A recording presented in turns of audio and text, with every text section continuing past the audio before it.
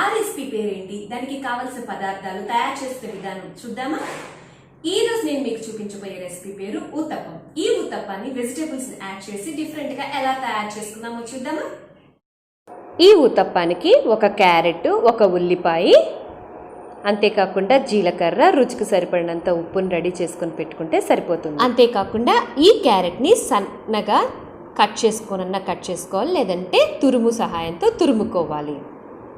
అంతేకాకుండా ఈ ఆనియన్స్ని సన్నగా కట్ చేసుకొని రెడీగా పెట్టుకోవాలి.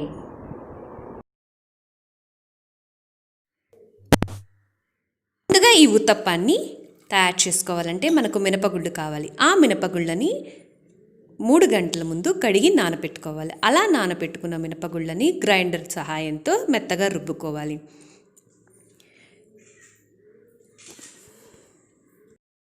పిండి మెత్తగా రుబ్బుకున్న తర్వాత మనం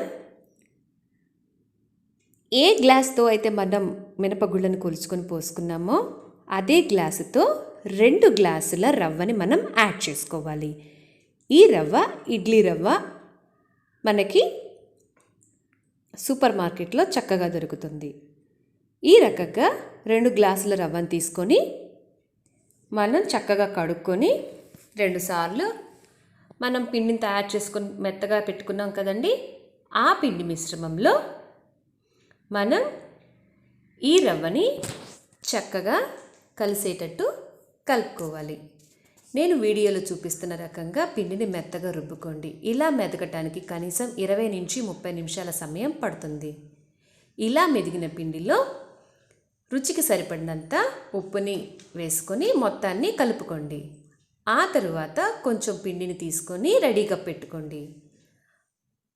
అలా రెడీగా పెట్టుకున్న తర్వాత ముందుగా ఒక ప్యాన్ తీసుకొని దాన్ని 5 నిమిషాలు ప్రీహీట్ చేసుకొని ఆ తరువాత 1 స్పూన్ ఆయిల్ని పోసి మనం ముందుగా రెడీ చేసి పెట్టుకున్న మిశ్రమాన్ని ఆ ప్యాన్ మీద మనం వేసుకోవాలి. ఈ వీడియోలో చూపించిన రకంగా మనం పిండి మిశ్రమాన్ని చక్కగా పెనం మీద వేసుకోవాలి.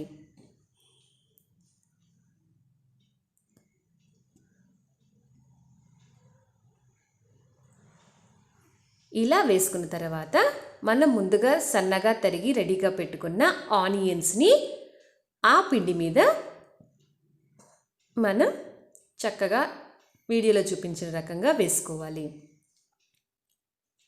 ఉల్లిపాయల్ని ఎంత సన్నగా తరుక్కుంటే రుచి అంత టేస్టీగా ఉంటుంది. ఆ తరువాత ముందుగా మనం తురిమి రెడీగా పెట్టుకున్న క్యారెట్ను కూడా ఆ ఉల్లిపాయ మిశ్రమం మీదే మనం వేసుకోవాలి. ఆ తరువాత 1/2 స్పూను జీలకర్రను కూడా ఆ పిండి మిశ్రమం మీద మనం వేసుకోవాలి. ఫ్లేమ్ని లో ఫ్లేమ్లో పెట్టుకోవాలి. అంతేకాకుండా కొంచెం చిన్నులపై కారం, అంటే కారాన్ని ఉప్పుని చిన్నులపైని మిక్సీలో వేస్తే చిన్నులపై కారం వస్తుంది. ఆ కారాన్ని 2 చిటికలు వేసుకోవాలి.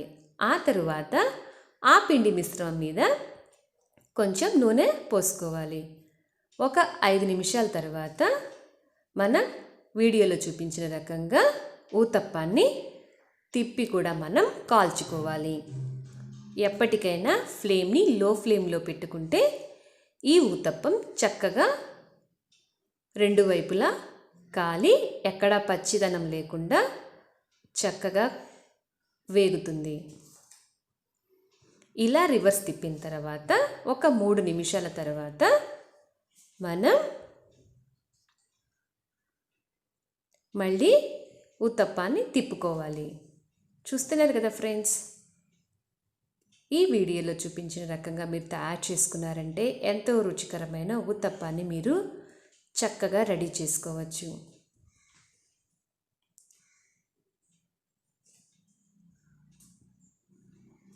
ఈ రకంగా డిఫరెంట్ వెజిటేబుల్స్ని ఊతప్పంలో యాడ్ చేయటం వల్ల ఆ రోజులో మనకి కావాల్సిన విటమిన్లు, ప్రోటీన్స్ చక్కగా మన శరీరానికి అందుతాయి. ఈ రకంగా లో ఫ్లేమ్లో పెట్టుకున్న తర్వాత మనం 3 నిమిషాల తర్వాత మళ్ళీ ఊతప్పాన్ని తిప్పుకొని రెడీగా పెట్టుకోవాలి.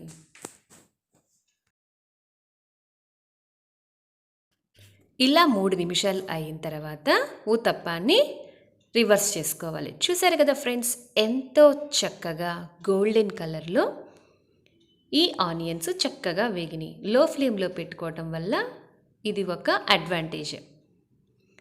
ఆ తర్వాత రివర్స్ చేసిన తర్వాత మనం మీడియం హై ఫ్లేమ్లో పెట్టుకొని కరెక్ట్గా అర నిమిషంలో ఊతప్పాన్ని తీసి సర్వింగ్ ప్లేట్లో మనం సర్వ్ చేసుకోవటమే. అంతే, ఎంతో ఈజీగా ప్రిపేర్ చేసుకునే ఊతప్పం మనకి సర్వింగ్ ప్లేట్లో వేడివేడిగా రెడీ అయినట్టే. ఈ ఊతప్పాన్ని మనం కొబ్బరి చట్నీతో తింటే చాలా రుచిగా ఉంటుంది. చూసారు కదా ఫ్రెండ్స్, ఈ ఊతప్పాన్ని ఎలా తయారు చేసుకోవాలో డిఫరెంట్గా. ఇలాంటి మరిన్ని రెసిపీస్ కోసం దీప్తి ఛానల్ని తప్పకుండా సబ్స్క్రైబ్ చేయండి. అంతేకాకుండా పక్కనే ఉన్న బెల్ ఐకాన్ మీరు క్లిక్ చేస్తే నేను ఎప్పుడైనా కొత్త వీడియోస్ అప్లోడ్ చేస్తే మీకు నోటిఫికేషన్ రూపంలో వస్తాయి. లైక్ చేయండి, షేర్ చేయండి, కామెంట్ చేయండి. Thank you for watching my channel. Thanks for your support. మీ దీప్తి.